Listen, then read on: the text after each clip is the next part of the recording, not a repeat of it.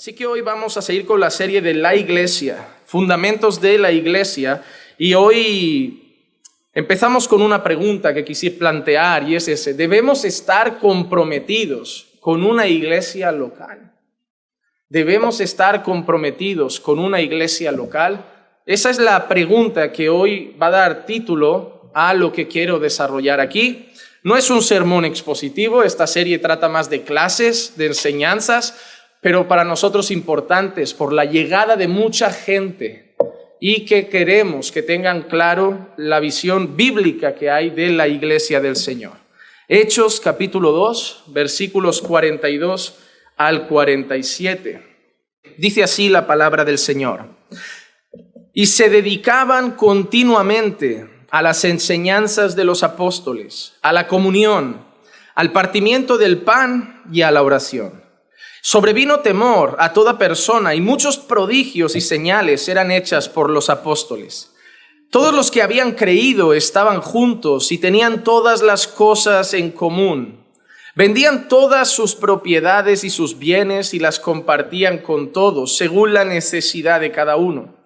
Día tras día, continuaban unánimes en el templo y partiendo el pan en los hogares, comían juntos con alegría y sencillez de corazón, alabando a Dios y hallando favor con todo el pueblo.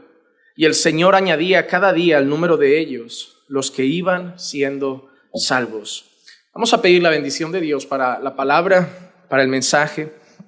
Padre, queremos, Señor, que en esta mañana puedas hablar al corazón de tu iglesia, porque tu iglesia somos nosotros, tus redimidos, aquellos que han sido comprados con la preciosa sangre del Cordero de Dios. Y queremos, Señor, que nos instruyas para entender la importancia de tu iglesia, Señor, y la relación que debemos tener con tu iglesia. Señor, el enemigo está atacando enormemente la familia, pero también la iglesia. Y debemos estar protegidos, teniendo nuestra mente centrada en las verdades bíblicas sobre la iglesia, no en lo que nos parece a nosotros, sino en lo que tú has establecido. Porque no estamos en esta vida para vivirla a nuestra manera, sino a tu manera.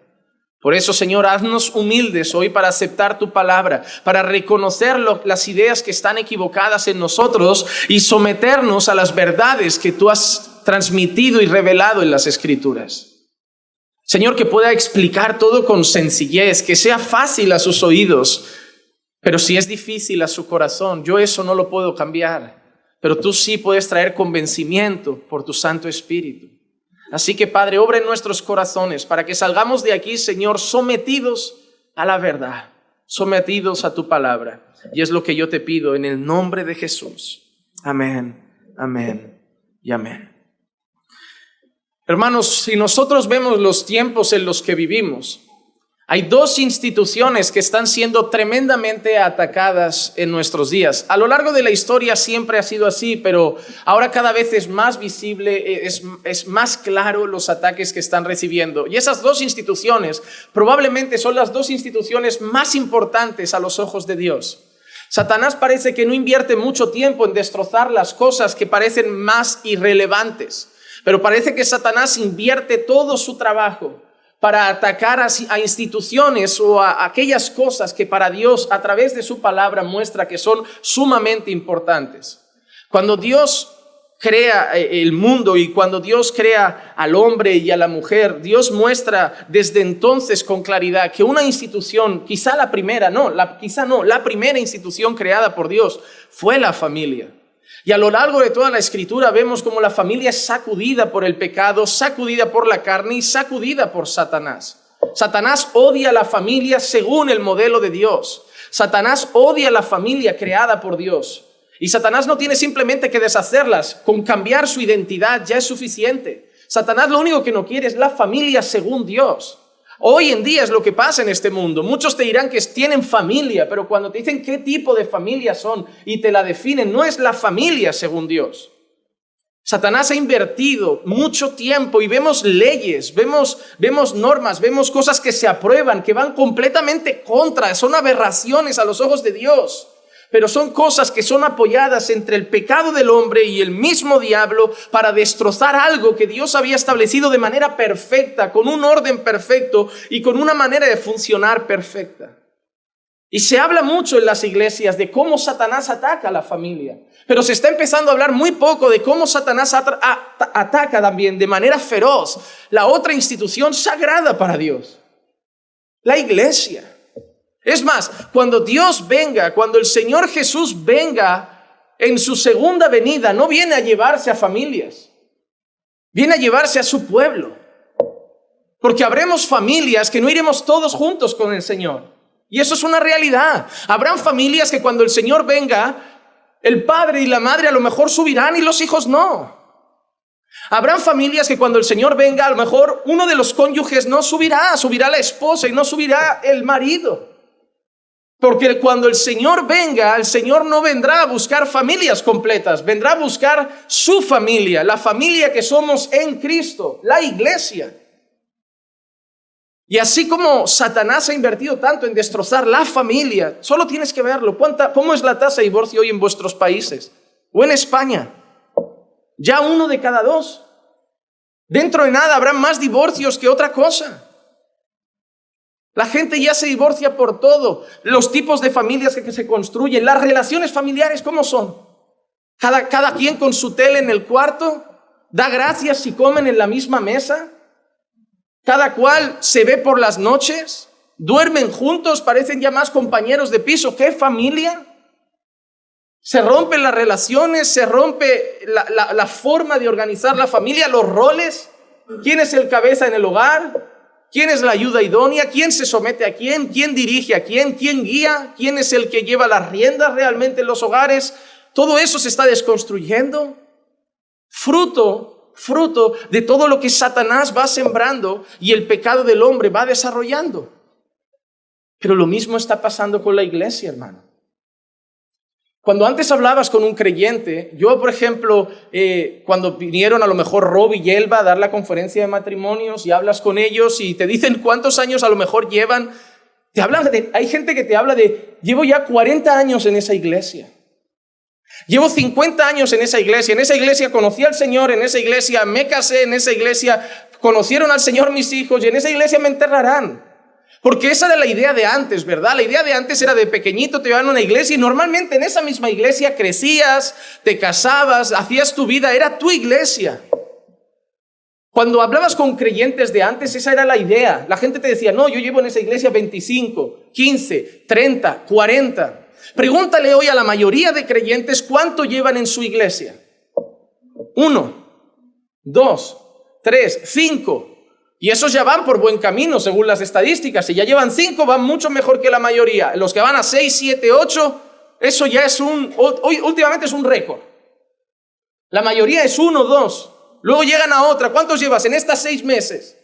En la próxima, 1 año. ¿Por qué? Porque el enemigo está cambiando la idea que tenemos nosotros del compromiso con la iglesia. Sufro, me voy. Me molestan, me voy. Me irrito, me voy. ¿O crees que esa gente que lleva 40, 50 años en iglesias está en iglesias perfectas? Está en iglesias donde no hay problemas. Está en iglesias donde todos los días son abrazos y besitos en la mejilla. Claro que no. Pero son creyentes. Ellos saben que si se van cada vez que alguien les molesta, se va a acabar la lista de iglesias que ir. Porque va a pasar en todas. Pero, ¿qué pasa? El enemigo está poniendo en el creyente, en vez de un corazón de compromiso y servicio, un corazón de consumismo. Vemos la iglesia como un producto que consumimos. La iglesia lo sabe, muchas de las congregaciones lo saben y saben lo que la gente quiere y lo ofrece. ¿Por qué hay iglesias que tienen tanto entretenimiento? ¿Por qué hay iglesias que la alabanza, en vez de parecer alabanza de la iglesia, parece un concierto? ¿Cuántas iglesias la primera parte del culto parece un concierto? Grupos de alabanza que son puro artisteo. Luces, brillo, juegan con los corazones. Montan un concierto, pero eso no es la alabanza según Dios. Cuando la Biblia habla de alabanza, de cánticos, de himnos, la Biblia no monta conciertos. No está mal un concierto, yo no digo que esté mal, pero debemos saber cuál es el lugar de cada cosa. Y el momento de adorar a Dios es un momento para alabar, no para hacer un concierto y que la gente disfrute del concierto. Pero la iglesia sabe, muchas iglesias locales saben lo que el cliente quiere. ¿Cómo llenas un local? Un negocio, ofreciendo al cliente, ofreciendo lo que el mercado quiere. Y Satanás es astuto. Así como con la familia. ¿Por qué Satanás va a querer cerrar las puertas de la iglesia si puede cambiar el modelo de iglesia? Hay mucha gente en este mundo creyendo que tiene una familia, pero si no es la familia según Dios, no es una familia. Y hay mucha gente en este mundo que cree que va a una iglesia, pero si no es una iglesia según Dios, no es una iglesia. Satanás es astuto. ¿Qué hace mejor? ¿Cuál es mejor obra de Satanás?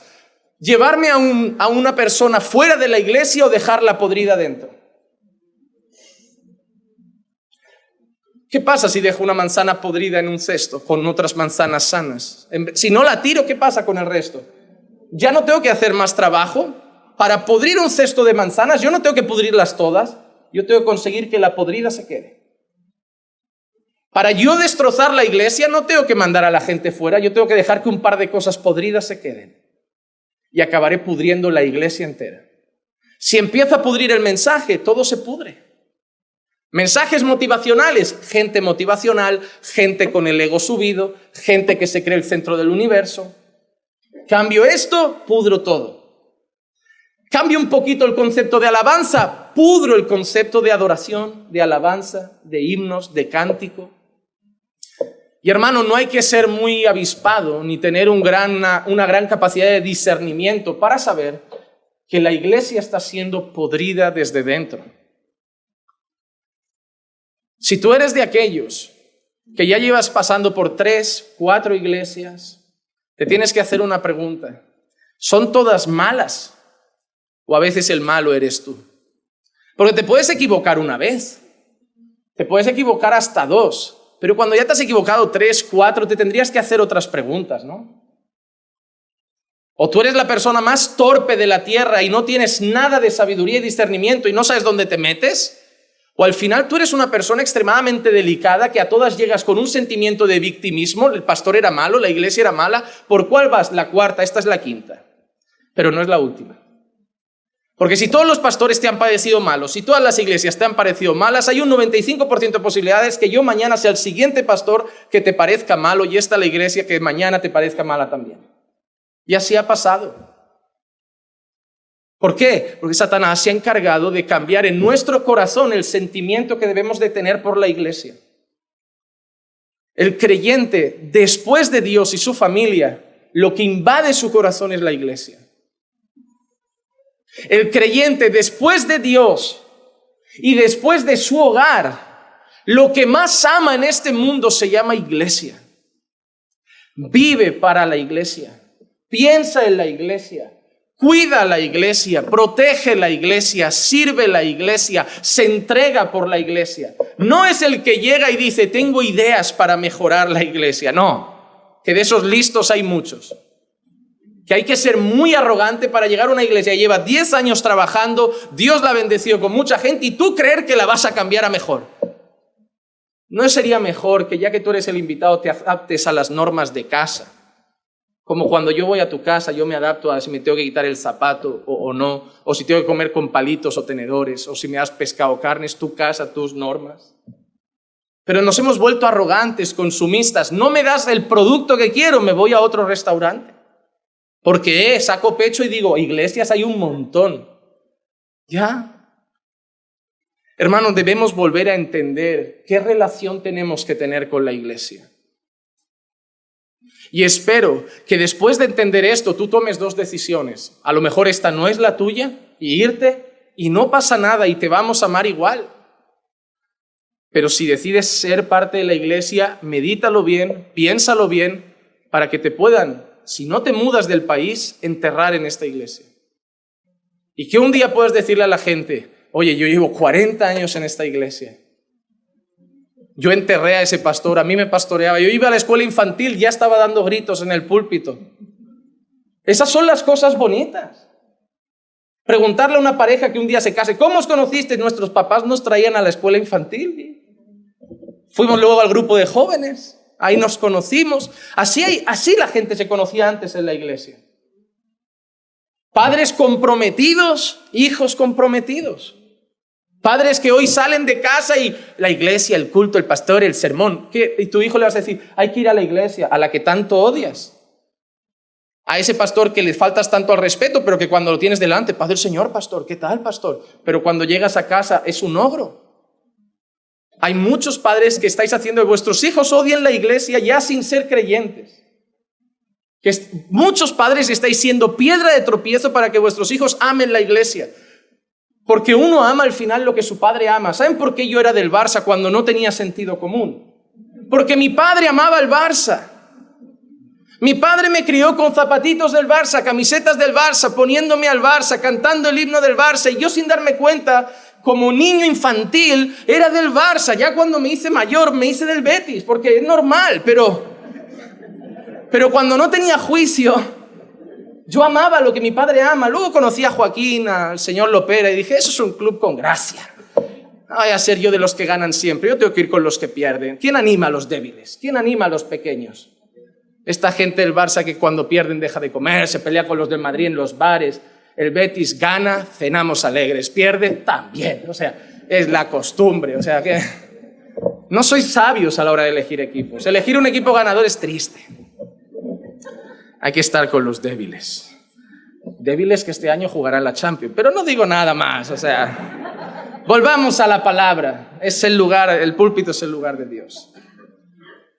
Pero la realidad es esa, amamos lo que nuestros padres nos dicen que es bueno, lo que ellos aman.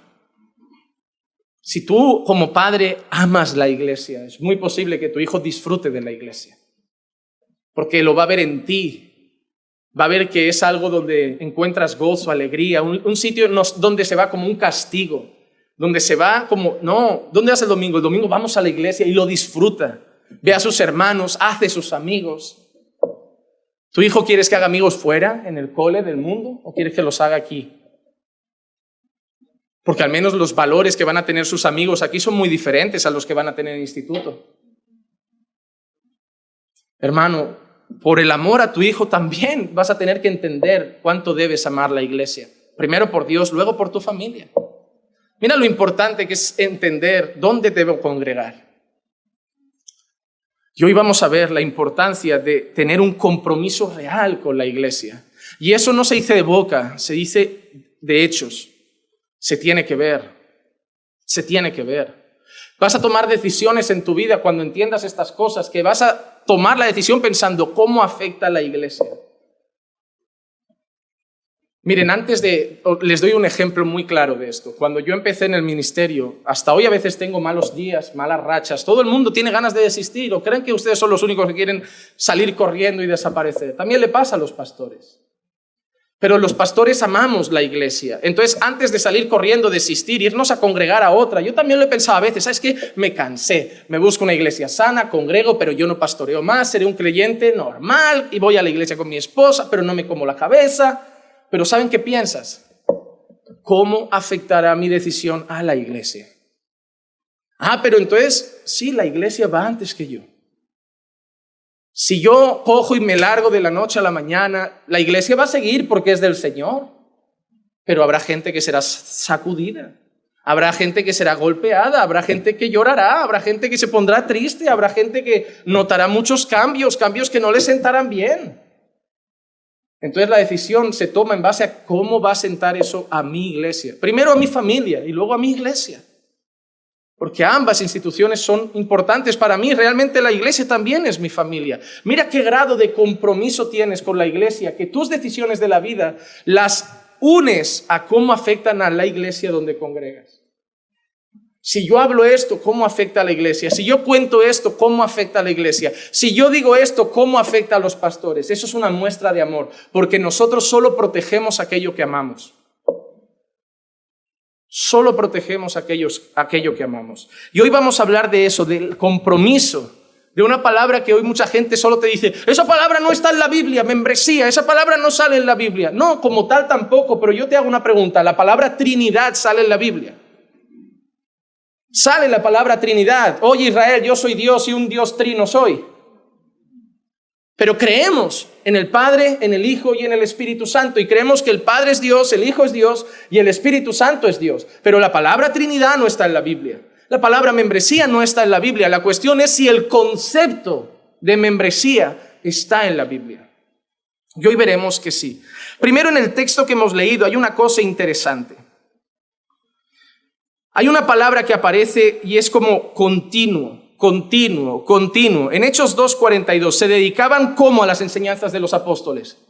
Continuamente. No era gente que visitaba la Biblia una vez a la semana. No era gente que visitaba la Biblia una vez cada 15 días. No era gente que la única relación que tenía con la doctrina era cuando iba al culto. Era continuamente.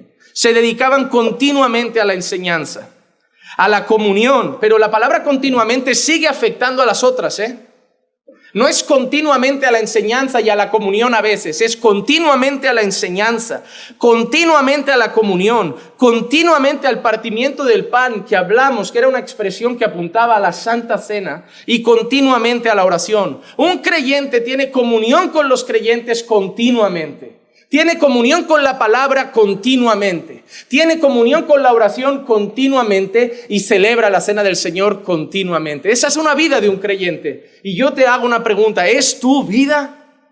Continuamente te relacionas, y ojo, no con la palabra solo, no con la oración, no me vengas solo a decir, leo la Biblia en casa y oro en casa. Y la comunión, porque era parte de la iglesia. Hermano, esto que estás leyendo es lo que pasó con la iglesia justo después de Pentecostés.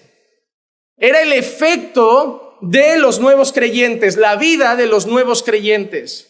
Sobrevino temor a toda persona y muchos prodigios y señales eran hechas por los apóstoles. Todos los que habían creído estaban juntos y tenían todas las cosas en común, vendían todas sus propiedades y sus bienes y los compartían con todos según la necesidad de cada uno.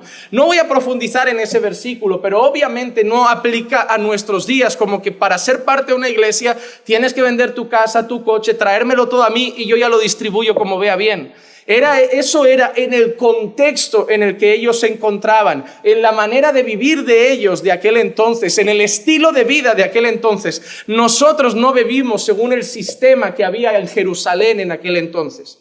Así que hay cosas que si tú no estudias el contexto histórico y el contexto geográfico, te vas a volver loco queriendo aplicarlo a tu vida. Pero quizás sí que hay una clara enseñanza. No tenían apego a las cosas materiales. Y eso sí lo podemos aplicar hoy. No era gente que decía, no, yo me rehúso a vender algo para compartirlo. No, el dinero pasó a ser no una cosa secundaria, terciaria. La importancia era cuidar a quien lo podía necesitar. Eso sí que nos puede dar una enseñanza. Que si yo llevo 50 euros en el bolsillo, que había pensado gastarme en una camisa en Zara, y tengo un hermano que no tiene para comer este mes, la camisa puede esperar, pero mi hermano tiene que comer. Eso sí que lo puedo aplicar a mi vida. O sea, hermano, mi casa no es tu casa en un sentido literal, porque en la hipoteca no sale tu nombre, el préstamo lo pago yo. El problema con el banco si no pago es mío. Pero hermano, te aseguro una cosa, yo no tengo tanto apego al dinero que soy capaz de verte pasando hambre y yo irme al McDonald's. Yo te voy a dar lo que pueda. No te voy a hacer un préstamo de 30 euros. No te voy a hacer un préstamo de 20 euros. Yo te lo voy a dar. Te lo voy a dar. Porque yo me lo iba a gastar en un capricho material. Si yo soy capaz de ir a un hermano y decir, hermano, te presto 20 euros, digo, ando muy mal por la vida. A mí no me nace ir a un hermano que necesita comprar algo y decirle, te presto 20 para que hagas compra y cuando puedas me los devuelves a plazos y con un 10% de interés.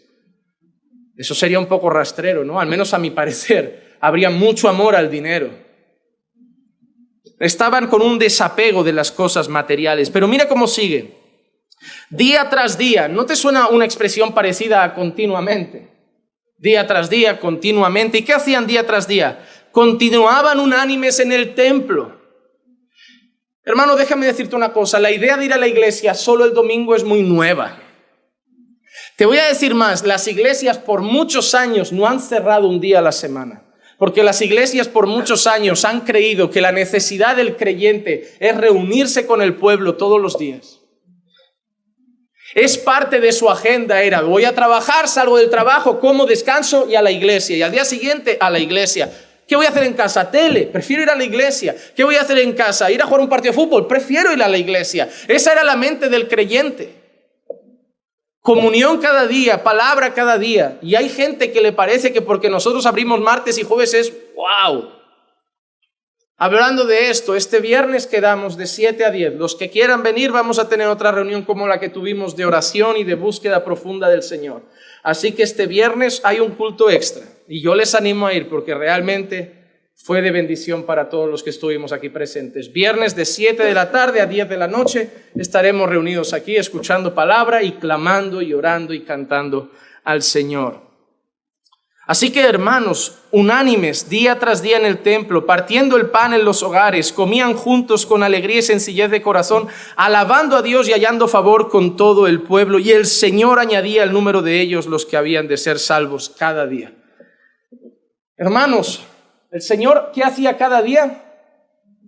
Añadía los que habían de ser salvos. Había teatro, bailecito, el grupo de danza, actividades para juegos para que la gente venga y atraer gente. Había ¿qué? Comunión, oración, palabra, adoración. Había una iglesia que solo hacía lo que la iglesia debe hacer: cantar a Dios, predicar su palabra, orar a Dios y tener comunión. ¿Qué hacía el Señor cada día? No dejaba de añadir los que habían de ser salvos, porque las actividades añaden gente, pero no significa que añadan salvos. Ojo, esa frase, guárdatela en el corazón. Las actividades atraen personas, Dios atrae salvos. Porque las personas se cansan de orar, se cansan de la Biblia, se cansan de un culto. Las personas se entretienen con bailes, se entretienen con teatros, se entretienen con danzas. Pero el creyente se alimenta con palabras, se alimenta con oración, se alimenta con comunión. Entonces, había un grupo de creyentes que esa era su vida, hermanos, y debe ser la nuestra. Comunión, constantemente recurriendo a participar del culto religioso a Dios día tras día. Comunión con la enseñanza constante, comunión con la oración constante, comunión con los hermanos constante. Esa es la vida del creyente y esa debe ser nuestra vida. Así que déjame decirte algo: si eres alguien de los que llega, hace su culto y se marcha con su familia y no tiene comunión, no estás entendiendo lo que es ser creyente. Hay hermanos que me dicen: hice el curso hace un año ya y todavía no me presentaron. Le dije una cosa a una persona: voy a preguntarle a 10 hermanos ahora, hoy en la sala, tu nombre. Si los 10 me dicen tu nombre, te presento el domingo. Ya, pero no se lo van a saber. Después de un año no se saben tu nombre. ¿Miembro de qué quieres ser si la iglesia no sabe tu nombre en un año? Si quieres, yo te expendo un certificado y digo: durante un año regularmente ha venido a los cultos a esta iglesia. Pero tú no eres parte de la vida de la iglesia. Si no se sabe tu nombre en un año, no eres parte. Algo ha fallado. ¿Cómo puede ser que haya gente en la iglesia que lleva 4 meses y la gente ya se ha tomado un café con ellos, la gente sabe su nombre, y hay gente que lleva un año y la gente no sabe ni siquiera que es miembro? Algo falla, no en la iglesia, en tu relación con la iglesia. Como digo, hoy hay mucho consumismo. Voy, me edifico y me marcho. Voy, me edifico y me marcho. Voy por la palabra, voy por la palabra. No, hermano, no es solo por la palabra, es por la iglesia, por la comunión, por la adoración, por la alabanza. Voy porque es mi familia, voy porque es mi iglesia, voy por estar con ellos, voy porque verlos me fortalece, verlos me ayuda. Iglesia sabe que eso ha pasado no 1, 2, 3, ni 5, ni 10 veces. Venir a un culto entre semana y no estar animado de venir. Esos días que dicen: hoy no iba a la iglesia, hoy voy porque toca. Pero no iba, pero he venido, luego a lo mejor fuera como un jueves. Le digo a los hermanos: ¿alguno se quiere comer una hamburguesilla? Vamos allí, charlamos y noto que vuelvo a casa. Vine amargado, me voy en gozo. No fue por la palabra, porque además me tocó predicar. Fue por la comunión con la iglesia. Me hicieron olvidarme de las cargas, me hicieron ver las cosas buenas de la iglesia, me hicieron sentir un cálido abrazo, un momento de comunión. Y eso también es para ti, no porque yo sea el pastor. Si eso lo hubiera hecho otro, seguro que ya os ha pasado. Venir días desanimados, luego salir, charlar un rato, tomar un café, irte como con más gozo. Porque Dios ha puesto la iglesia para nosotros, para nuestro bien también, para nuestra edificación, para nuestra fortaleza. Hermanos, sé consciente cómo están espiritualmente las personas que te dicen que buscan a Dios en casa pero no van a la iglesia. Dime cómo los ves espiritualmente. No conozco a nadie que esté firme, fuerte en la fe, desarrollando el carácter de Cristo en su vida, que busque a Dios en casa pero no tenga comunión con la iglesia. Alejarte de la comunión de la iglesia es como si una gacela se aleja de la manada. Es la víctima perfecta para el león que va detrás. Los leones, ¿a quién se acaban comiendo en la sabana? Los rezagados. Al que quedó cojo, al viejito, al rezagado, al que se va quedando atrás. Con el creyente igual, hermano. Porque no estamos hechos para enfrentar la vida solos. Necesitamos vivir en comunidad. Somos débiles. Mira, somos débiles. No tenemos todas las respuestas. No sabemos todo de la vida. Y por eso necesitamos la fortaleza de la comunidad, el consejo de la comunidad, la guía, la ayuda de la comunidad. Porque nosotros no sabemos todo ni podemos todo. Es más, casi no sabemos nada y no podemos nada. Nos necesitamos, y eso es algo que debes entender. Necesitas al pueblo de Dios. Necesitas al pueblo de Dios. Y ahora quiero que veamos cómo la membresía es clara, porque a lo mejor tú dirás, sí, pero dijiste que la iglesia es una. ¿Qué más da donde vaya? Es cierto, la iglesia es una.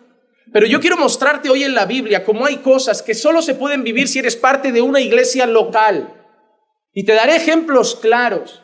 Porque si algo intento que caracterice mis mensajes es la claridad, el no andarme por las ramas y decir las cosas sencillas. La primera, vamos a hablar de listas de membresía.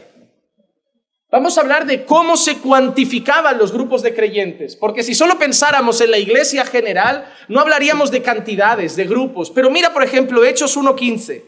Por aquel tiempo Pedro se puso de pie en medio de los hermanos. Y calculan esto. Porque lo dice la Escritura, un grupo como de 120 personas estaba reunido allí. Sí, la iglesia es una.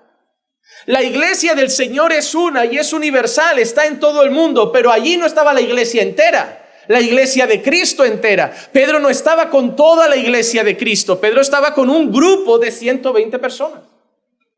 Y además estaba calculado cuánta gente había, Un grupo de 120 personas. En Hechos 2:41 dice, entonces los que habían recibido su palabra fueron bautizados y se añadieron aquel día ¿cómo? Y déjame decir algo. Yo no sé, pero yo diría, se añadió mucha gente. Pero hubo alguien que contó cuántos se convirtieron. ¿Cuánta gente había ese día en Jerusalén? ¿Cuánta gente había ese día escuchando a Pedro? ¿Cuánta gente escuchó ese sermón? ¿Cuánta gente circulaba por las calles de Jerusalén el día de Pentecostés? Pero alguien contó que se salvaron como 3,000 personas. Alguien llevó un registro de la cantidad de personas que se unió a la iglesia. Había alguien encargado de diferenciar, este se salvó y este no, y ahora estos son parte de la iglesia, y contó que eran como 3,000 personas. Así que hay una clara diferenciación. La gente sabe cuántos creyentes se reúnen. Con Pedro habían como 120, se convirtieron como 3,000. Pero mira estas frases que clasifican a los creyentes en grupos, en las epístolas también. Solo en Romanos vemos esto. Romanos 16:1 dice, os recomiendo a nuestra hermana Febe, diaconisa de la iglesia de Cristo. No, Febe no era diaconisa de la iglesia de Cristo. Febe no era diaconisa de la iglesia universal. Febe no era diaconisa en todos los lugares del mundo. Febe era diaconisa de la iglesia en Cencrea. Imagínate que yo llego a la IEG mañana de visita y veo algo que no me gusta y me acerco a la familia y eso no está mal, eso en la iglesia no se hace. ¿Quién eres tú? ¿El pastor? ¿De aquí? No, pero del Señor. No, ya vendrá David a hablar conmigo si algo no le parece bien. Ya vendrá Jairo a hablar conmigo si no le parece bien. Tú ves a regular, a administrar y a servir encaminando por fe. Febe no llega caminando por fe. Hermanos, voy a poner sí. ¿Usted qué hace aquí? ¿Quién es usted? Me llamo Febe y soy diaconisa del reino de Dios. Y digo, ya, pero aquí ya tenemos nuestros diáconos. Por eso Pablo especifica, Febe es diaconisa de la iglesia de Cencrea. Y sí, si Pablo lo determina, va a ser diaconisa con vosotros también, porque yo testifico que es una sierva de Dios, pero ella viene siendo diaconisa de una iglesia en particular. ¿Te das cuenta? Cristo tiene una iglesia, pero Febe era diaconisa de una iglesia local.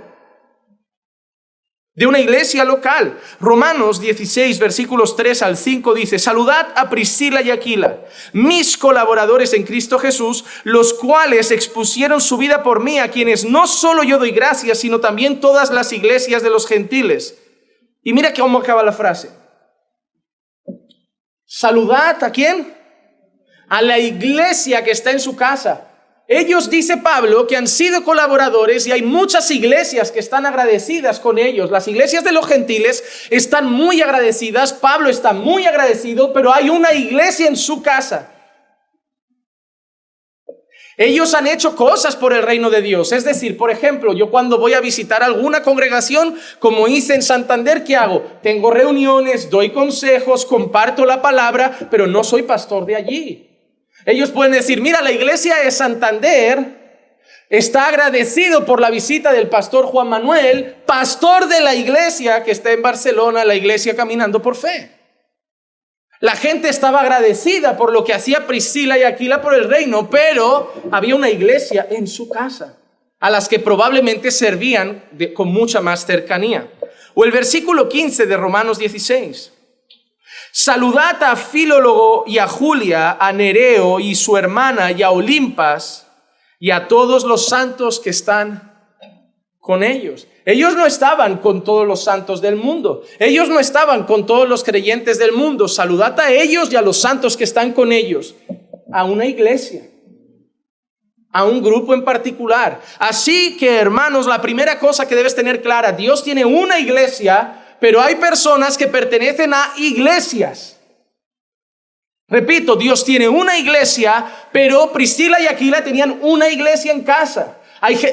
Dios tiene una iglesia, pero Febe era diaconisa de la iglesia de Cencrea. Tú eres parte de la iglesia de Cristo, pero tú congregas en una iglesia local y tienes que saber cuál es. Imagínate, hay gente aquí hoy que si Pablo les escribiera una carta les diría, saluda a los hermanos de Barcelona y a la iglesia. Ah, no, que no tienes. Y tú dirías, ¿y quiénes son los hermanos de Barcelona? Si yo no congrego con ninguno, si yo no sé quiénes son. ¿Ves? Una iglesia, Cristo tiene una iglesia, pero la gente pertenece a una iglesia. ¿Por qué? Porque no podemos congregar todos juntos. Ahora hay iglesias que están teniendo sus cultos y la iglesia del Señor en diversas partes del mundo está adorando a su Creador, está adorando a su Señor, pero nosotros lo hacemos en una iglesia. Cuando vamos allí los llamamos hermanos. Cuando vamos allí nos identificamos como parte de la iglesia, pero pertenecemos, somos responsables y cuidamos una iglesia. ¿Lo ven claro? Hay una iglesia, pero ven claro que hay gente que pertenece a una iglesia. La iglesia de Cencrea, la iglesia de su casa, los santos que están con ellos. La primera cosa que te debes preguntar ahora, ¿a qué iglesia perteneces? Si a ti Pablo te escribiera una carta y dijera, saluda a los hermanos de tu iglesia, ¿a quién saludarías?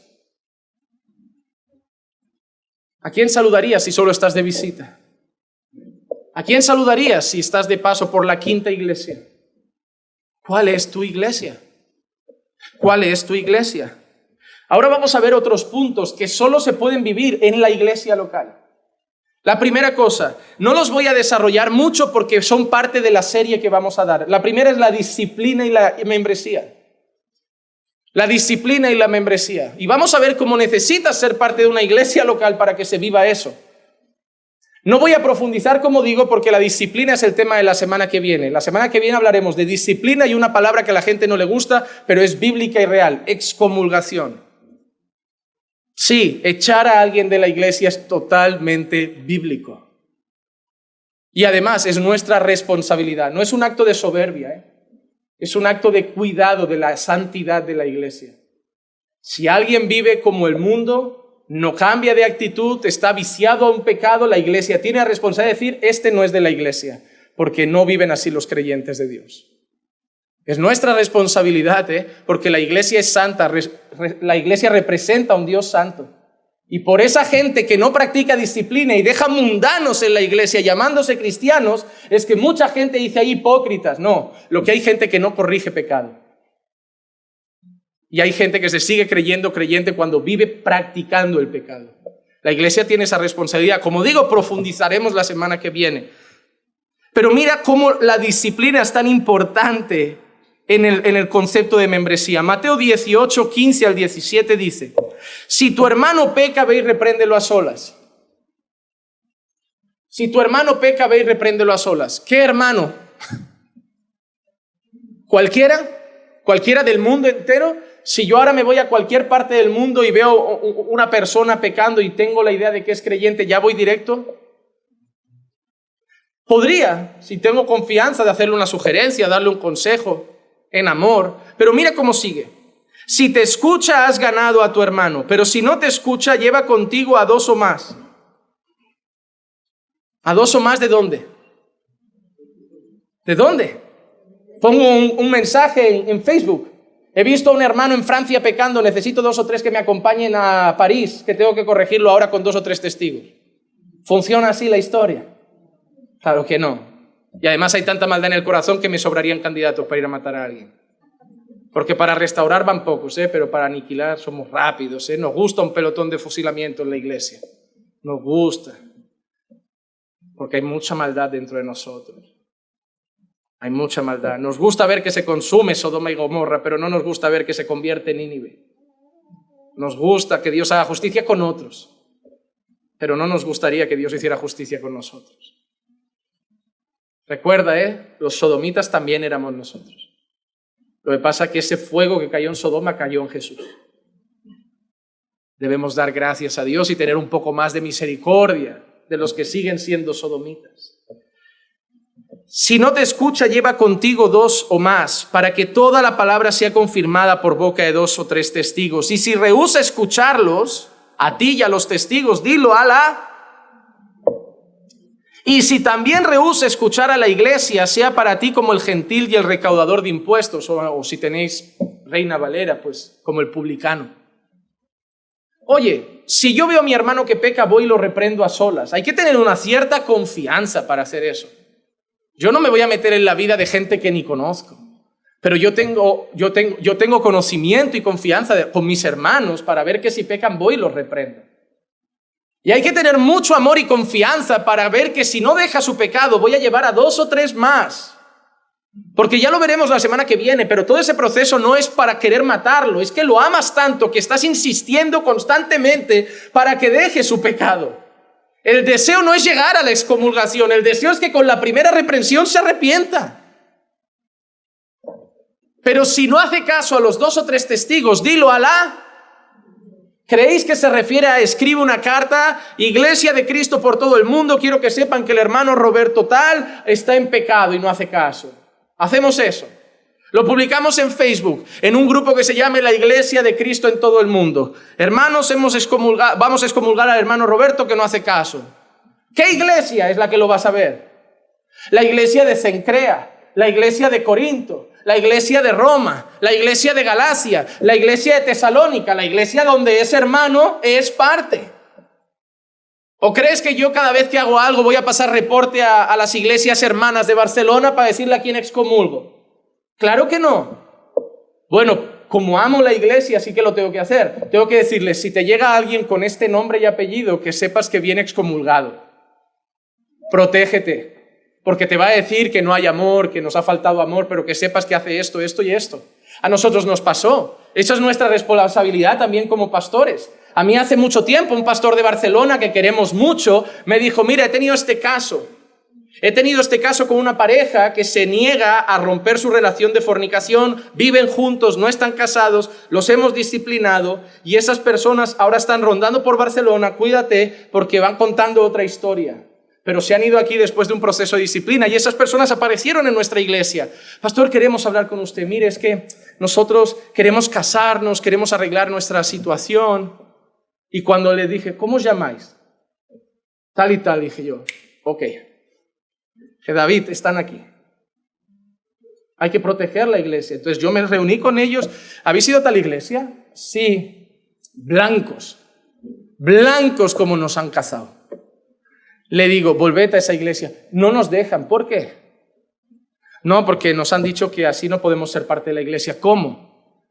Tú vivías aquí y él estaba en su país, te lo trajiste ilegal, lo metiste en tu casa, los pastores te decían, no lo traigas ilegal, no metas a un hombre en tu casa, eso no es el orden de Dios, has pasado por encima de ellos y quieres que yo venga ahora a casarte como si no hubiera sido un rebelde allí. No, sigue andando, arrepiéntete, arregla las cosas y vuelve a la iglesia que te disciplinó, sé humilde, no seas un rebelde de donde me disciplinan me voy a otra donde me acepten, sé humilde como hizo el de Corintio que volvió a esa iglesia. Debemos proteger, pero ¿a qué iglesia se le dijo que ese hermano no se arrepentía? A la iglesia a la que pertenecía. Si no eres parte de una... ¿Por qué la gente que viene de visita y lleva un mes en la iglesia, yo no me meto con su carácter, no me meto a cambiar su vida? ¿Por qué? Son visita, yo no soy su pastor. Yo no voy a disciplinar a todo el que entre por esa puerta. Yo me meto en la vida de aquellas personas que son parte de la iglesia. Y como ya le dije a un hermano, y ya he contado esta historia aquí siempre, no tienes que venir con humildad y decirme, pastor, hermanos, que sepáis que ahora que soy parte de la iglesia, si veis algo en mí, me podéis llamar la atención. Tranquilo, no necesitamos tu permiso. Es nuestra responsabilidad. Tú no tienes que darme permiso para meterme en tu vida. En cuanto llegaste a este lugar y te hiciste miembro de esta iglesia, si yo veo que pecas, voy y te lo digo. No pone, si tu hermano peca y te da permiso, ve y repréndelo. No, si tu hermano peca, ve y repréndelo. Ve y repréndelo a solas. Y gloria a Dios si se arrepiente, si no ves con 2 o 3. Y gloria a Dios si se arrepiente, si no, dilo a la iglesia. Y si no hace caso a la iglesia, que la iglesia lo excomulgue. Que lo tenga como gentil y publicano. Que públicamente diga, este hermano no es creyente. ¿Quiénes sois vosotros para decirlo? Nosotros, no, la palabra. La Biblia dice que quien practica el pecado es del diablo. A ese hermano le dijimos una vez deja el pecado, 2 veces deja el pecado, 3 veces deja el pecado. Llevamos 3 meses diciéndole deja el pecado y no lo deja. La Biblia dice que quien lo practica es del diablo. Ese hermano lleva 3 meses en una práctica pecaminosa. Ese hermano no es hermano. Porque el hermano se hubiera arrepentido y hubiera vuelto al Señor. Eso es una realidad, no es una falta de amor. No es una falta de amor, es la aplicación de verdades bíblicas. Mira el caso de Corintio, el que he comentado. 1 Corintios 5:2. Y os habéis vuelto arrogantes en lugar de haberos entristecido para que el que de entre vosotros ha cometido esta acción fuera expulsado de en medio de vosotros. Pablo le está diciendo a qué iglesia, a la iglesia de Cristo en todo el mundo. ¿A la iglesia de los Gálatas? ¿A la iglesia de Tesalónica le ha dicho que se ha vuelto arrogante? ¿A la iglesia de los Gálatas le ha dicho que se ha vuelto arrogante? ¿A quién? A los corintios. Pablo está señalando, no a la iglesia, a una iglesia en particular y le dice, vosotros habéis cometido un gran error. Os habéis vuelto arrogantes. ¿Cómo? Habéis visto a alguien que ha hecho algo garrafal, terrible, y habéis mirado a otro lado. Los Gálatas no tenían que venir a decirle algo a ese hermano. Los hermanos de Tesalónica no tenían que venir a corregir a ese hermano. Los hermanos de Filipos no tenían que venir a corregir a ese hermano. Erais vosotros porque es parte de la iglesia de Corinto. Y ese hermano se ha acostado con la mujer de su padre. Eso no se ve ni entre los gentiles, ni entre los impíos. Y no habéis hecho nada. Y Pablo da una orden en el versículo 5. Entregad a ese tal a Satanás para la destrucción de su carne, a fin de que su espíritu sea salvo en el día del Señor Jesús. ¿Y Pablo qué orden ha dado? Entregad a Satanás. ¿Eso qué es? ¿Dónde está Satanás para llevarle gente? ¿Sentado en el gobierno? ¿Se refiere al rey de España? Toma, te traigo uno, Satanás. El rey me va a mirar un raro. Pablo se refiere a que excomulgarlos. ¿Dónde reina Satanás? Dios reina sobre todo, pero ¿quién es el príncipe de este siglo? Ahí fuera. Ahí está haciendo muchas cosas. Ahí manipula mucha gente. Políticos, leyes, ahí. Entonces, entregarlo a Satanás significa sacarlo ahí fuera. Excomulgarlo. Para que su espíritu sea sacudido.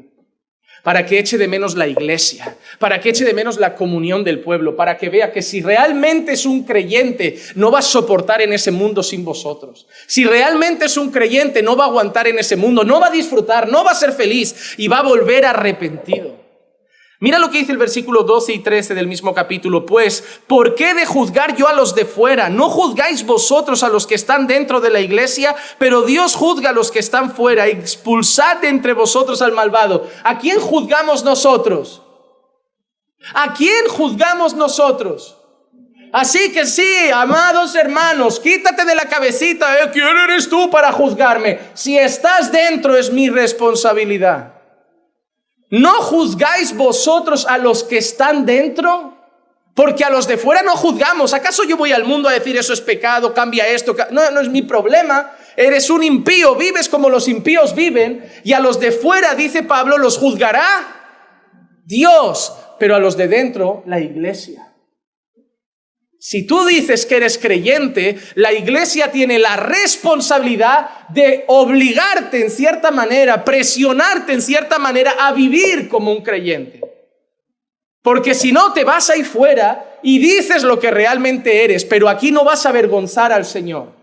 Aquí no vamos a consentir que juegues al cristiano de domingo siendo un actor, vivas como un mundano y salgas fuera diciendo, soy cristiano, voy a la iglesia caminando. No, le vamos a decir al mundo, ese no es, porque los creyentes no viven así.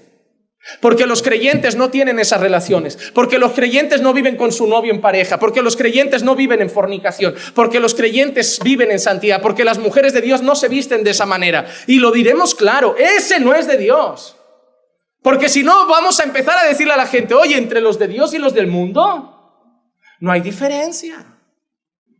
Le vamos a decir a la gente, ven a mí. ¿Para qué? Si yo conozco una familia que dicen que son cristianos y desde la pared solo se escuchan gritos. Yo no. A los del fuera los juzgará el mundo, pero a los de dentro, nosotros. Y juicio no tiene una connotación de herir, lastimar, querer lo peor para ellos, no.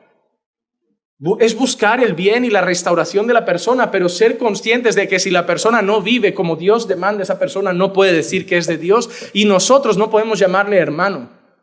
Por eso hay personas que quiero mucho, que congregan en iglesias, pero les llamo por su nombre. Y ojalá Dios convierta su alma, pero les llamo por su nombre. Porque sus frutos dicen que hermanos no le puedo llamar. ¿Quién es mi madre? ¿Quiénes son mis hermanos? Aquellos que conocen la voluntad de mi Padre y lo hacen. Punto. Hermano, no te estoy diciendo mis ideas, mi filosofía y mis pensamientos. Te estoy citando textos bíblicos. Te estoy diciendo lo que dice Dios. Así que no podemos nosotros hacer disciplina bíblica en el mundo entero. Pero sí en nuestra iglesia. Yo no puedo ir a la iglesia de Sabadell, a la iglesia de Vilafranca, amigos míos, y excomulgar a alguien. No, porque yo no sé cómo viven. Yo no he ido a ver su pecado, yo no he participado en ese proceso. Yo no puedo decirle, oye, entregate a ese a Satanás. Yo no sé nada. Pero somos responsables de la iglesia a la que pertenecemos. Hermano, tú eres responsable de cómo viven los hermanos. Hermano, si tú ves un hermano fuera que peca y está en la alabanza, vamos a poner un ejemplo. Ves a una hermana de las que está en la alabanza fuera y peca contra Dios. Tú no tienes que sentarte ahí y decir, y el pastor no sabe que está así y sigue cantando. Pero es que claro que yo no lo he visto. ¿Quién lo ha visto? ¿Quién lo ha visto? Tú, ¿no? ¿De quién es la responsabilidad de cuidar que la iglesia viva en santidad? ¿Del pastor? ¿A quién dice al final? Y si no hace caso, dilo al pastor. ¿A quién se lo dice?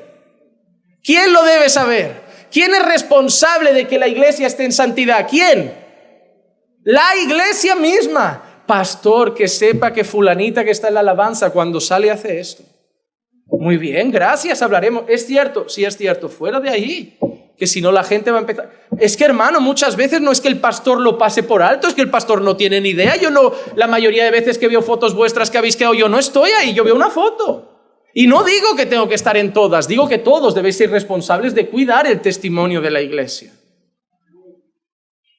Vais a quedar a veces con gente nueva y va a decir una burrada. Yo en esto no estoy de acuerdo. En nuestra iglesia es así. Si no estás de acuerdo, te puedo ofrecer otra donde sea a tu manera. Pero en nuestra iglesia es así. No es callarse. Quien calla consiente. Quien calla participa. Si yo me siento en una mesa y veo dos hermanos delante, pues ¿sabes qué? El otro día vi al hermano, lo están matando a palos y yo me callo, soy cómplice. Yo te deciré, delante mío no, si queréis me voy, pero eso está mal. El hermano debería estar aquí presente. Lo estáis matando y Dios dice, quien habla mal del hermano es homicida. Eso es asesinato a los ojos de Dios. Ya no te llamarán más si son chismosos. Pero tú no lo vas a consentir. Tú vas a cuidar a tu hermano, tú vas a cuidar a tu iglesia. Pero mira cómo somos hoy. Me callo y voy al chisme a la esposa del pastor, al chisme al pastor. Pastor, el otro día fuimos a casa de fulano y vimos esto. ¿Y qué hicisteis? Bueno, nada, ¿no? ¿Quién soy yo, pastor? La iglesia. Eres la iglesia. Ahora, ¿cómo le digo yo? Pero pastor, no le diga que yo le dije. ¡Ole, ole, ole! Y llego allí y le digo, Dios me mostró. ¿Cómo lo corrijo ahora? Me has puesto entre la espada y la pared. Sé que alguien ha hecho algo malo y no lo puedo corregir porque encima tengo que proteger al topo. Porque si tú no lo has corregido, eres un topo. Como los del FBI, estás infiltrado en el cártel. Comes con el cártel, sales con el cártel, vas al McDonald's con el cártel, pero no eres traficante. No, hombre, hermano, alguno tiene complejo de detective. Si yo me siento con gente que mata a mis hermanos, habla mal de mis hermanos, yo no me siento dos veces con ellos. Porque yo amo a mis hermanos. O lo paro o me voy, pero yo no repito, Porque yo sí amo a mi iglesia. Hermano, ¿sabes cómo se demuestra el amor? Con esas cosas, protegiendo, cuidando y soportando. ¿Sabes quién ha recibido más palos de esta iglesia en los últimos 10 años? ¿Sabes quién? Adivínalo. ¿A quién más han traicionado? ¿De quién más han hablado mal? ¿De quién más salen diciendo no estoy de acuerdo, está mal, no comparto? No. ¿De quién más hablan? De ti. De mí y de mi esposa. ¿Y sabes quién lleva en la misma iglesia 10 años? Mi esposa y yo. ¿Pero cómo puede ser? Porque amamos la iglesia. Y caerán palos, pero eso no cambia el amor. Te traicionarán, pero eso no cambia el amor. Yo no me voy a salir de la iglesia a tirarle piedras desde fuera. Yo voy a seguir llorando desde dentro hasta que la iglesia se amolde a la imagen de Cristo. Porque irme sería fácil y decir, esa iglesia es así, así, así. Pero yo tengo que imitar a Pablo. Yo sufro dolores de parto para ver a Cristo en vosotros. La pregunta es si tú también estás dispuesto a sufrir dolores de parto para ver a Cristo en la iglesia. O al mínimo dolor te vas a marchar. Porque ¿cuánto sufres por tu marido? ¿Cuánto sufres por tu esposa? Es más, vamos a ir a lo más profundo. ¿Cuánto sufres por tus hijos? Pero a que no te vas fuera y hablas mal de ellos. A que sigues llorando y luchando por ellos desde dentro. ¿Por qué? Porque los amas. Y si no haces lo mismo por la iglesia es porque no la amas. Es así de sencillo. Pero lo más bonito de Corintios, ¿sabes qué es? ¿Dónde volvió el excomulgado? Se fue a Galacia diciendo, la iglesia de Corintio no tiene amor. Se fue a Tesalónica diciendo, no me siento pastoreado en Corintio. No me siento pastoreado. No, volvió a Corintio. Esa era su iglesia. Allí lo castigaron, allí lo riñeron, allí lo disciplinaron, allí lo echaron, pero allí volvió. Segunda de Corintios 2, 6, 7. Es suficiente para tal persona este castigo que le fue impuesto por la mayoría. Así que por el contrario, vosotros más bien deberíais perdonarlo y consolarlo. No sea que en alguna manera esté abrumado por tanta tristeza. Se le echó, está hablando del mismo hombre, se le echó y dice, oye, ya ha tenido bastante castigo que se le puso. ¿Qué castigo se le puso? Se le echó. ¿Pero cómo ha vuelto?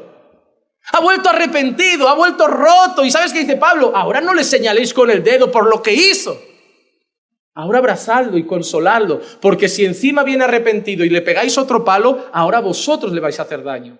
Lo vais a abrumar, lo vais a destrozar. Ya ha tratado el mundo con él. Ya Dios lo ha hecho besar el suelo. Y viene roto, ha abandonado el pecado, viene arrepentido. ¿Ahora qué os toca? Recibirlo.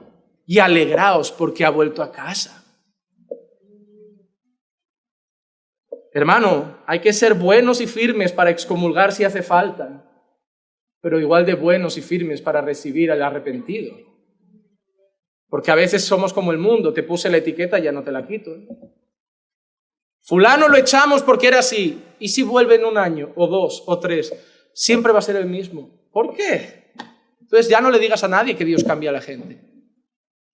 Sí, lo que hizo pudo ser duro, lo que hizo pudo ser grave. Pero hasta 70 veces 7, dijo el Señor. Otro aspecto, vamos a hablar rápido también de otros aspectos se ha entendido la idea de cosas que solo se pueden hacer en la iglesia local. Yo quiero dar más ejemplos, pero rápido por falta de tiempo y porque yo soy de estos que me puedo ir hasta las 4. La membresía y el servicio.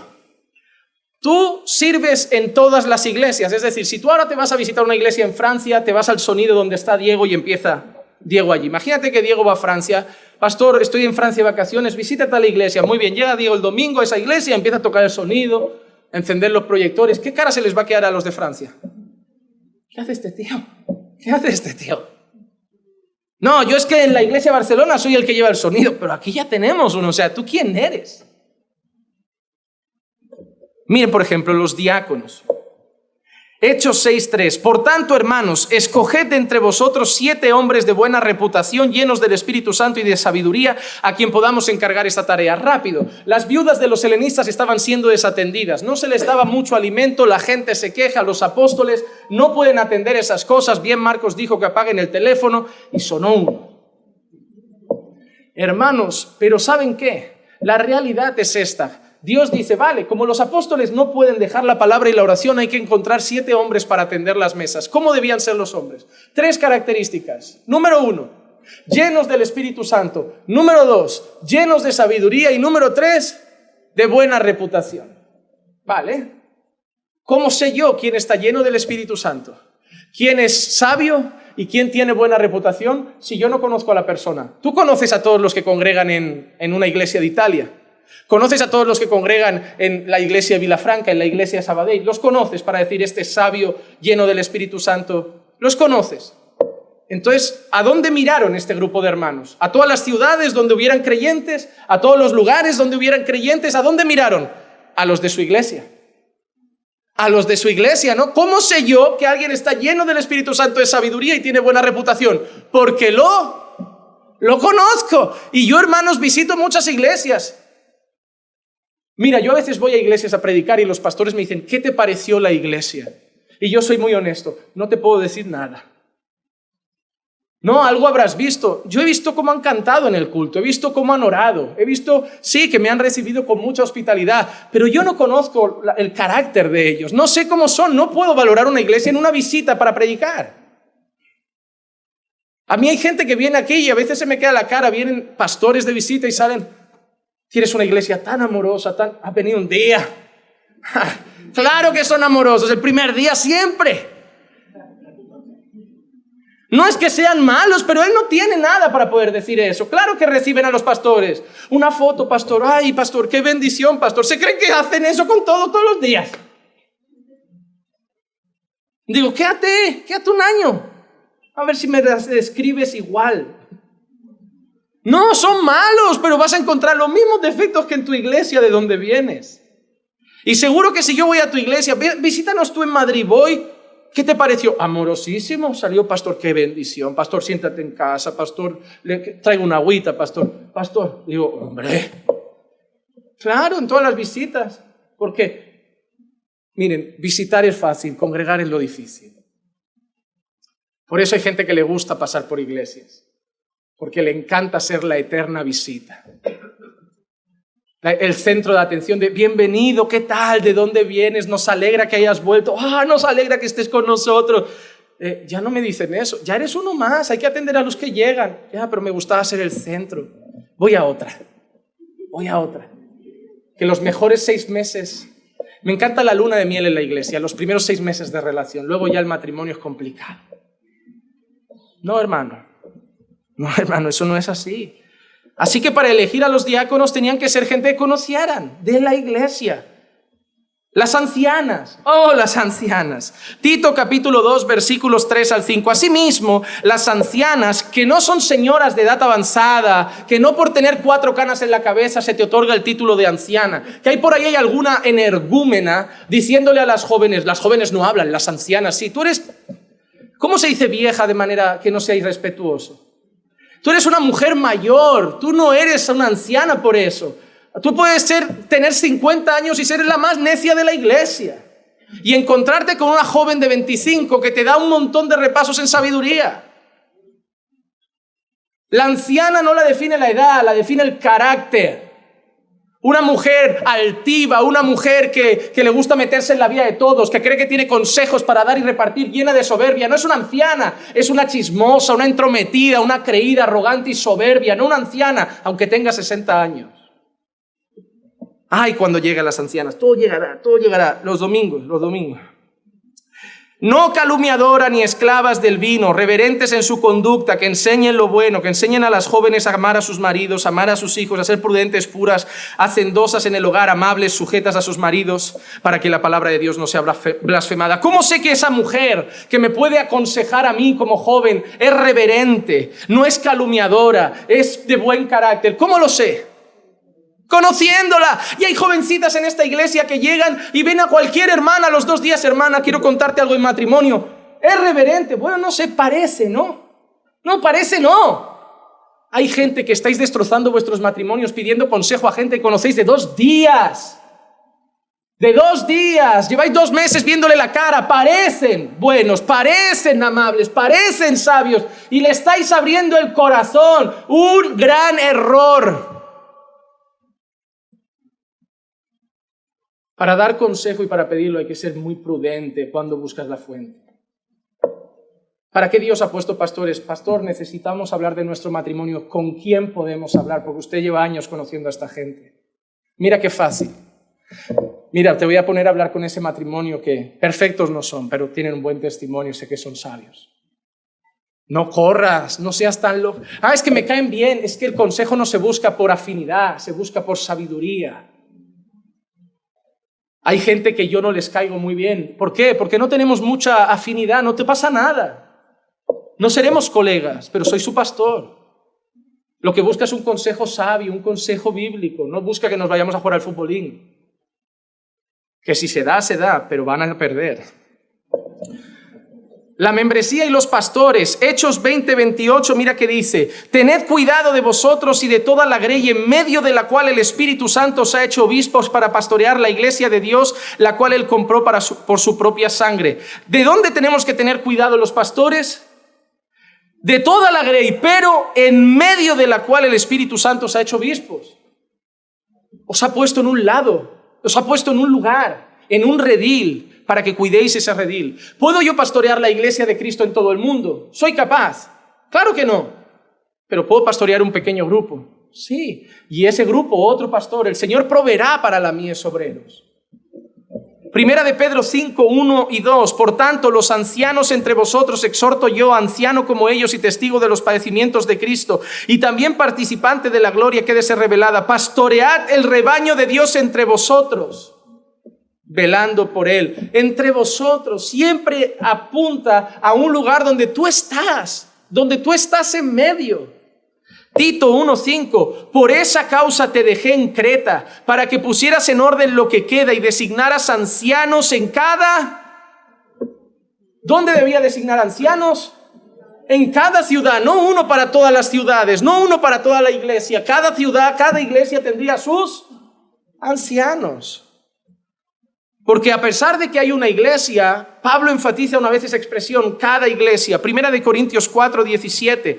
Por esta razón os he enviado a Timoteo, que es mi hijo amado y fiel en el Señor, y él os recordará mis caminos, los caminos en Cristo, tal como enseño en todas partes en cada iglesia. Pero Cristo, ¿cuántas iglesias tiene? Una. ¿Pero por qué dice cada iglesia? La iglesia local. Es lo que yo voy enseñando en la iglesia de Corinto, en la iglesia de Cencrea, en la iglesia de Tesalónica, en la iglesia de Galacia. Hermano, ¿de qué iglesia eres? Espero que ya no seas el arrogante que diga, mi pastor es Jesús y yo soy de la iglesia de Cristo. Eso lo dicen solo los que no tienen compromiso con ninguna. Eso sí, van a todas las iglesias cuando se les cae el pelo. Hermana, ora por mí. Hermano. Oye, estamos cuidando a nuestra iglesia. Tú quieres que la iglesia universal te cuide, pero no te comprometes con nadie. Egoísmo puro y duro. Quiero que me atiendan, pero yo no me doy por nadie. Quiero que me laven los pies, pero yo no lavo los de nadie. Quiero que me sirvan, pero yo no sirvo a nadie. Pero recuerda, el Hijo del Hombre no vino para ser servido, sino para servir y dar su vida en rescate por muchos. Y ese es el ejemplo que debemos seguir nosotros. Yo no vengo a esta iglesia a que me bendigan. Yo vengo a esta iglesia a ser de bendición. Y si me bendicen, gloria a Dios. Y si no, me basta con Cristo.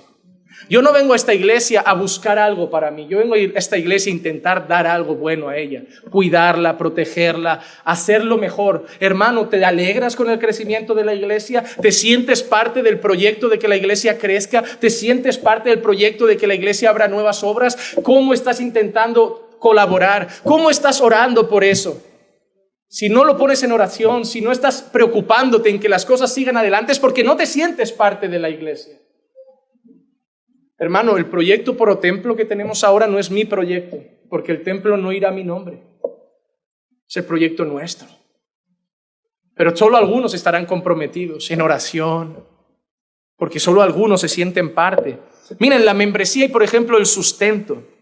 El cuidado de las viudas, 1 Timoteo 5, 9 al 10. Que la viuda sea puesta en la lista solo si no es menor de 60 años, habiendo sido la esposa de un solo marido. Que tenga testimonio de buenas obras, si ha criado hijos, si ha mostrado hospitalidad a extraños, si ha lavado los pies de los santos, si ha ayudado a los afligidos y se ha consagrado para toda buena obra. ¿Sabes quién tenía la responsabilidad de cuidar a los ancianos, a las viudas y a los desamparados? El gobierno. Hermanos, si alguien se queda viuda, y va justa de dinero y no llega bien y se siente sola, no hay que decirle, te doy un teléfono para llamar a una asistenta social que te visite. Qué vergüenza de iglesia. Si hay un anciano que dice, hermano, yo quiero ir a la iglesia, pero me queda lejos, yo no puedo ir andando hasta allí. Bueno, te paso el Uber, ya te daré 10 eurillos. Qué vergüenza teniendo hermanos con coche.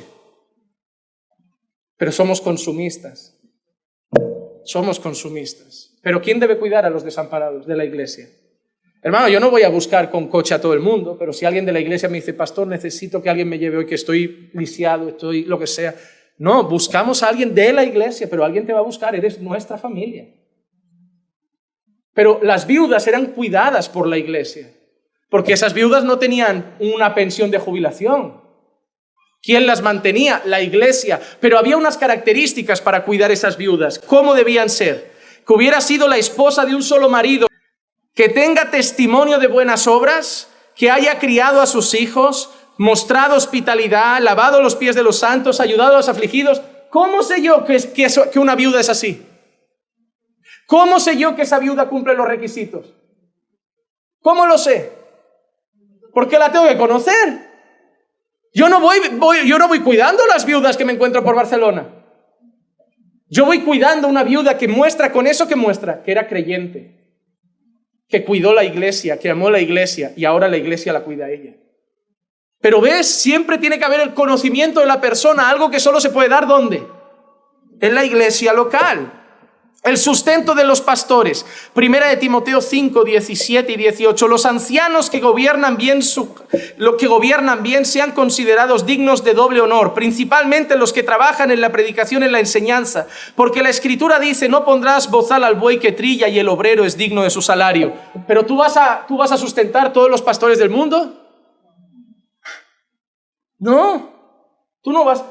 Nosotros no sustentamos al pastor Javier Pérez, al pastor David, al pastor Israel Sanz, al pastor Will. ¿Quién sustenta a esos pastores?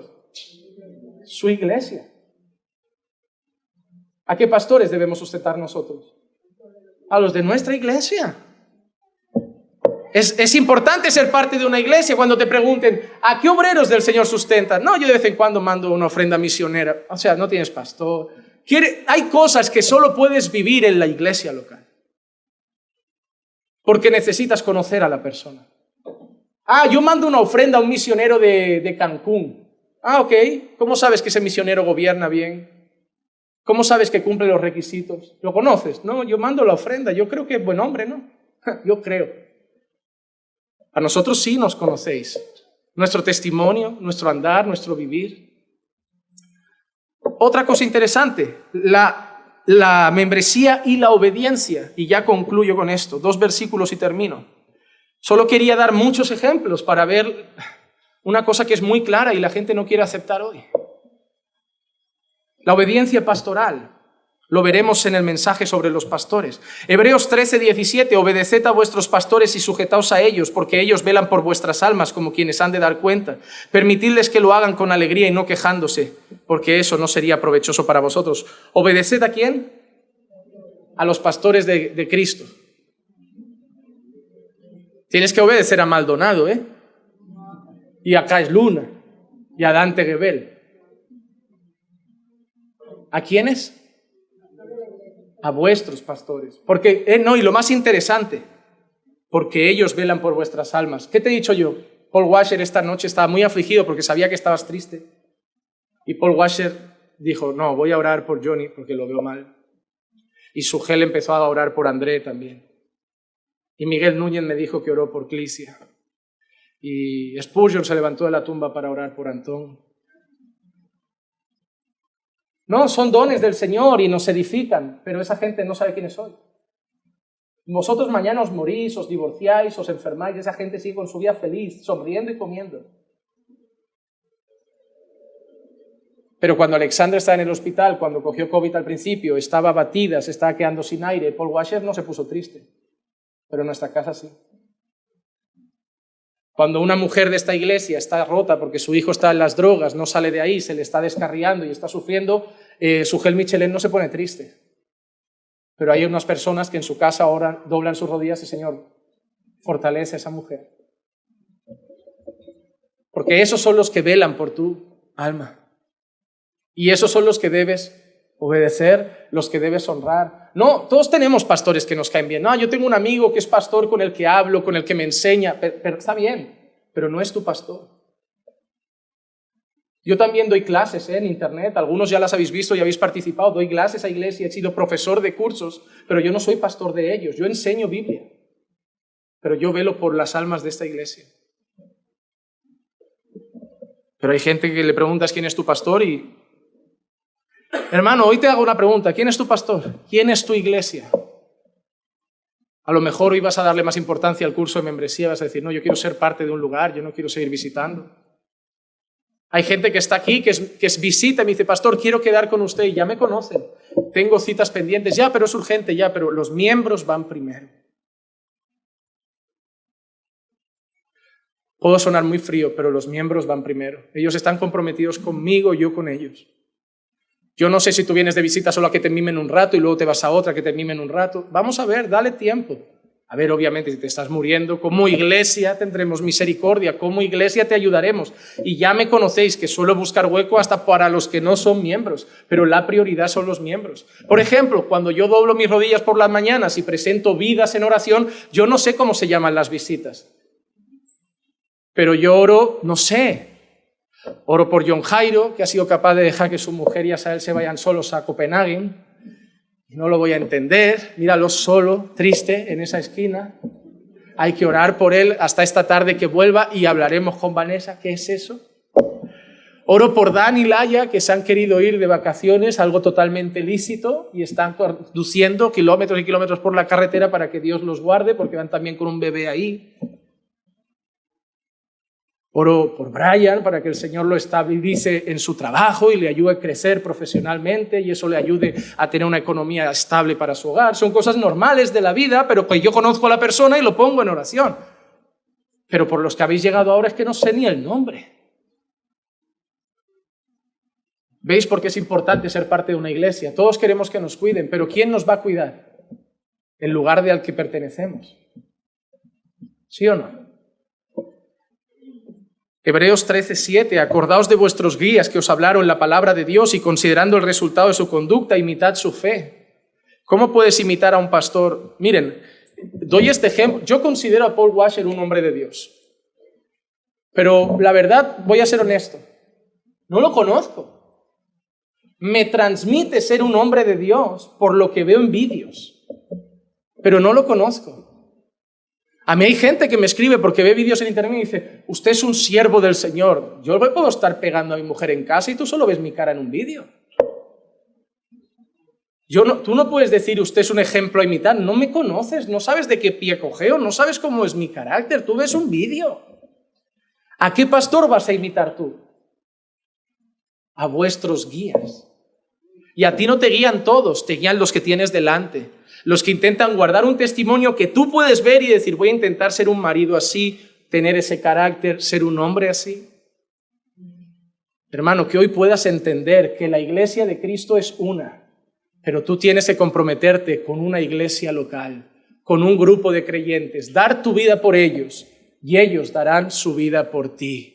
Ahora te